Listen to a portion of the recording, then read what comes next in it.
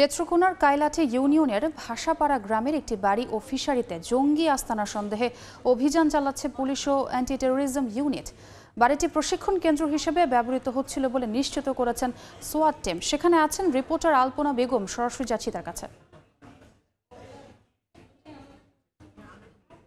গতকাল থেকে যে বাড়িটি ঘিরে রাখা হয়েছিল যে জঙ্গি তৎপরতার বিষয়ে, আজকে আজকে সেই বাড়িটিতে যে সকাল থেকে যে অ্যান্টি টেরোরিজম এবং এই সোয়াট এবং এই যারা আছে বোম ডিসপোজাল যে টিম আছে, তারা সবাই সম্মিলিতভাবে যৌথভাবে এবং পুলিশের টিম, বিপুল সংখ্যক পুলিশ নেত্রকোনা এবং ময়মনসিংহ থেকে শুরু করে সকলের নিরাপত্তা বলয়ের মধ্য দিয়ে অভিযান চালানো হয়েছে। এবং সকাল থেকে যে আমরা অভিযান দেখছি, এখন পর্যন্ত বিরতিহীনভাবে ৩টা পর্যন্ত অভিযান চলমান রয়েছে। এবং এই কিছুক্ষণ আগে আমরা দেখলাম যে নিরাপত্তার স্বার্থে এই বাড়িটির কাছ থেকে সকল কিছুকে মানে গাড়ি সহ মোটরসাইকেল এবং যারা উৎসুক জনতা এবং পুলিশ সাংবাদিক যারা আছেন তাদেরকে একটু দূরত্বে সরিয়ে নেওয়া হয়েছে।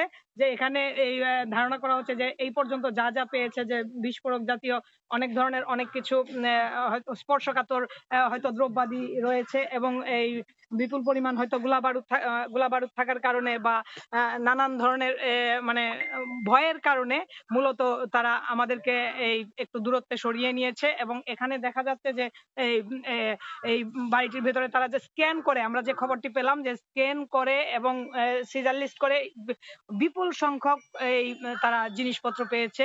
এবং এটিকে বোঝা যাচ্ছে, ধারণা করা হচ্ছে যে এটি প্রশিক্ষণ হিসেবে ব্যবহৃত হতো এবং যে জঙ্গি তৎপরতার যে কার্যক্রম এখান থেকে হয়তো চালানো হতো, এই ধরনের এই ধারণা করা হয়। এবং এই ধারণা থেকে যত ধরনের যে ভেতরের যে তারা সকাল থেকে টানা ৮ ঘন্টার যে অভিযান, এই ৮ ঘন্টার অভিযানে বোঝা যাচ্ছে যে ভয়ানক কিছু রয়েছে এর ভিতরে, যা এই হয়তো বের করা যাচ্ছে না বা কিছু করা যাচ্ছে না।